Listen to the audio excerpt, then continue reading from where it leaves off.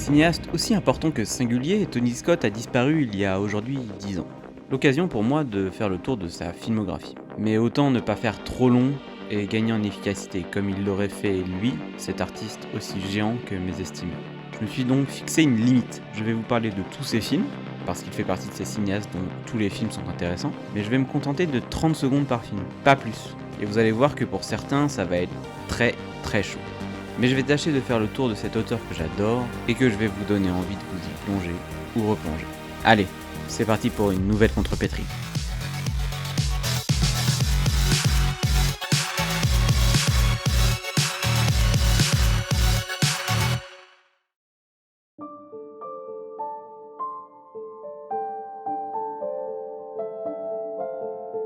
Avant de commencer, j'ai envie de vous conseiller les ouvrages en français déjà sortis sur Tony Scott. Il y a Tony et Ridley Scott, frères d'armes, écrit par Marc Moquin et publié par Playlist Society. Tony Scott on Fire, par Charlotte Largeron chez Rouge Profond. Et enfin Tony Scott, le dernier Samaritain, signé Aubry Salmon pour Inis et Rokirama. Des essais assez complets et différents pour avoir chacun un intérêt certain. Ils vous résumeront plus longuement que moi la jeunesse de celui qu'on nommait encore Anthony Scott, de ses parents militaires et de son penchant précoce pour l'art sous toutes ses formes, ainsi que du fameux Ridley, son frère de 7 ans son aîné, lui aussi cinéaste. Passé par de prestigieuses écoles d'art britanniques, l'intérêt de Tony se porte très vite sur la peinture. Mais marqué par l'art de son grand frère, qui le met d'ailleurs en scène dans Boys and Bicycle, un court-métrage étudiant, il se tourne peu à peu vers le cinéma et réalise son premier court, One of the Missing, en 1969.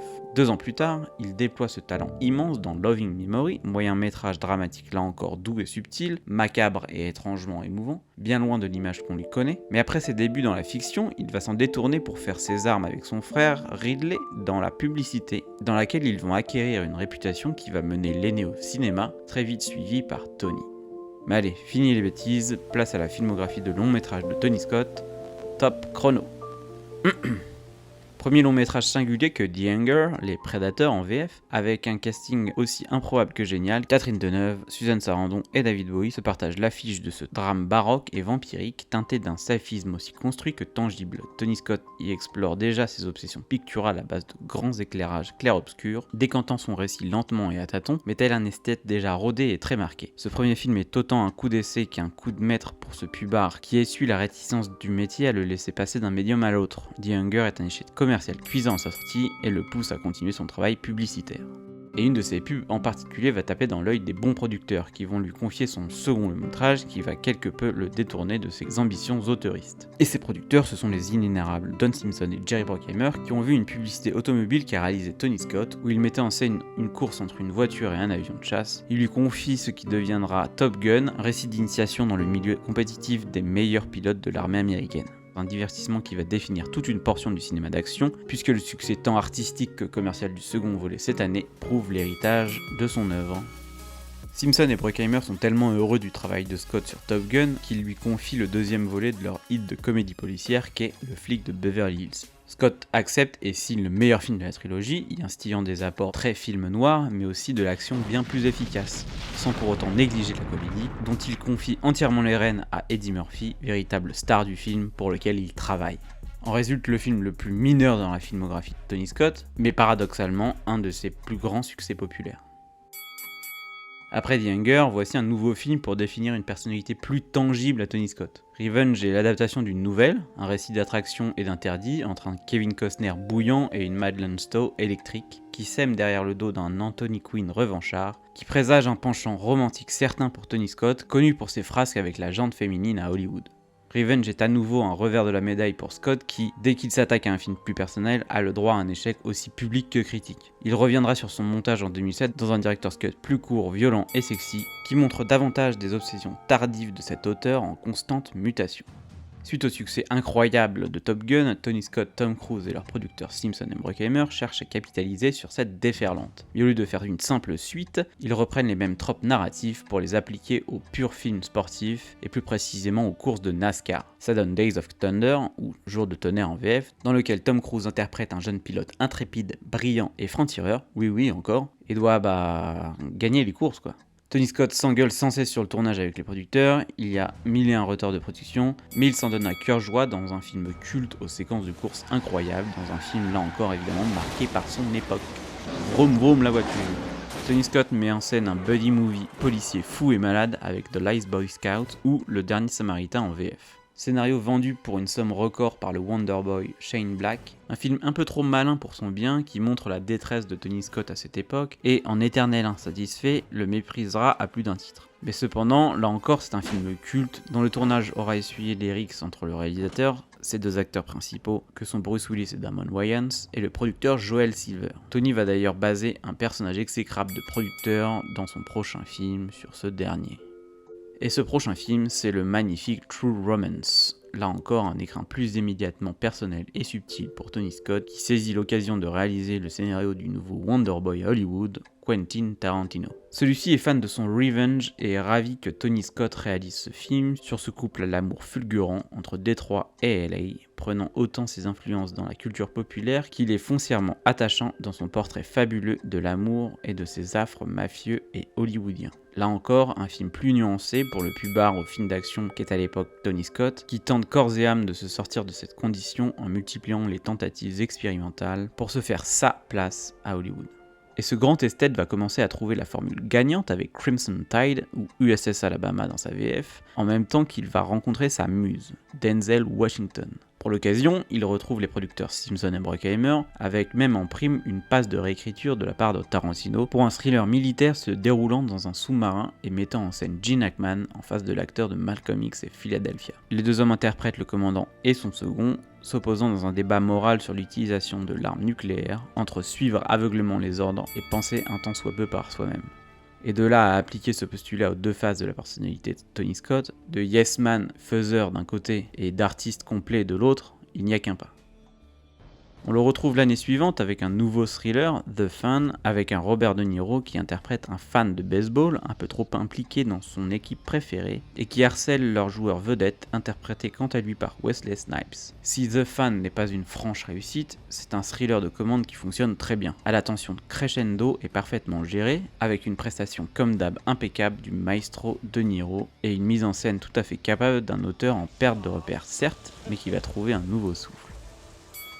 Et ce nouveau souffle, c'est Enemy of the State, Ennemi d'État en VF, où Tony Scott va pouvoir mettre en scène le thriller technologique parfait, menant à 1000 à l'heure sa version du thriller politique et parano à la Alan J. Pakula ou Sidney Pollack. Il y retrouve un Gene Hackman comme toujours génial, face à un Will Smith étonnant, et laisse sa chance à un chef opérateur prometteur qui traîne sur ses plateaux depuis un moment, Dan Mindel. Ce directeur photo incroyable reviendra pour Spy Game et Domino, mais signera aussi et entre autres les films de J.J. Abrams. Le film brille par ses trouvailles visuelles certes, mais aussi par un récit rondement mené qui comble à peu près tout le monde. De quoi donner la confiance à un Tony Scott qui doute sans cesse de se replonger dans les malversations d'espionnage avec Spy Game, un film très ambitieux, comptant sur plusieurs périodes la relation de deux espions entre le chevronné Robert Redford et le petit jeune Brad Pitt. Un superbe thriller à tiroir, magnifiquement filmé et mené tambour battant par un cinéaste en pleine possession de ses moyens, malgré la pression face à un Redford lui aussi cinéaste, ce qui le fera douter. Mais c'est aussi et sans doute ça qui lui a permis de se dépasser et de créer un tel film, éminemment mésestimé. Je me permets de faire une pause dans ce speedrun de long métrage du maestro pour vous parler de deux de ses courts métrages publicitaires. Alors il a fait mille et une pubs ou clips durant sa carrière plus que prolifique, là n'est pas le sujet. Je vais m'arrêter sur deux joyaux en particulier qu'il réalise en 2002 et 2004, principalement pour expérimenter ce qu'il avait commencé avec Spy Game, mais poussé à l'extrême. Son incroyable esthétique foisonnante qui fera la singularité de sa dernière partie de carrière. Beat the Devil est issu de The Hire, une compile de courts-métrages pour la marque automobile BMW avec Clive Owen dans des films de Wong Kar-wai, Guy Ritchie, Alejandro González Iñárritu, John Frankenheimer, Ang Lee, Joe Carnahan et John Woo. Le tout sur un concept de David Fincher, ça va. Bref, au milieu de tout ce beau monde, Tony Scott signe quand même le meilleur film, avec un James Bond fou furieux et un Gary Oldman mémorable. Et cette esthétique, n'en parlons même pas. C'est fou. Mais il pousse encore les potards de l'expérimental avec Agent Orange, produit par Amazon avant tout le monde, où il tourne avec une caméra analogique à manivelle, opérée volontairement entre 1 et 6 images par seconde, ce qui altère largement la perception du mouvement et de l'exposition, pour un rendu sans comparaison possible. C'est une technique qu'il utilisera massivement pour son travail cinématographique à venir.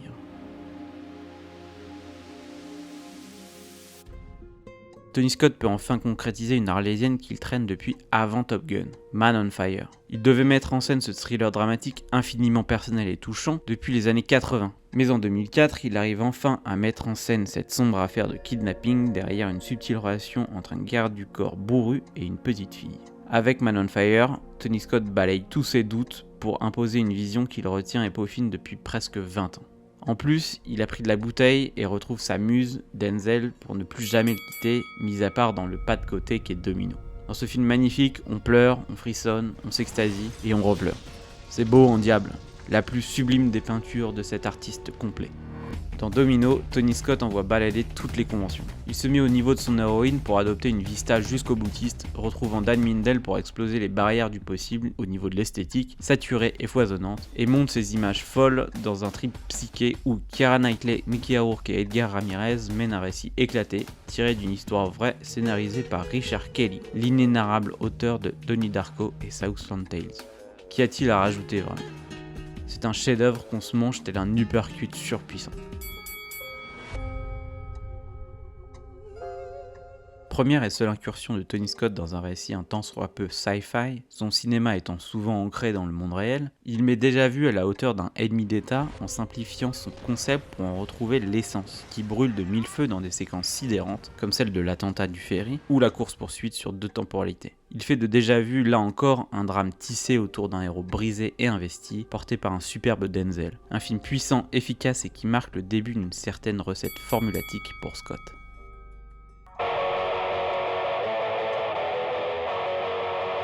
Il retrouve son acteur fétiche dans ce remake d'un classique du cinéma 70s, The Taking of Pelham 123, ou L'attaque du métro 123, un thriller d'action tendu et millimétré qui déploie une fois de plus la minutie et le savoir-faire d'un artisan entièrement investi dans son œuvre, avec une esthétique et une tension affûtées par un orfèvre du genre.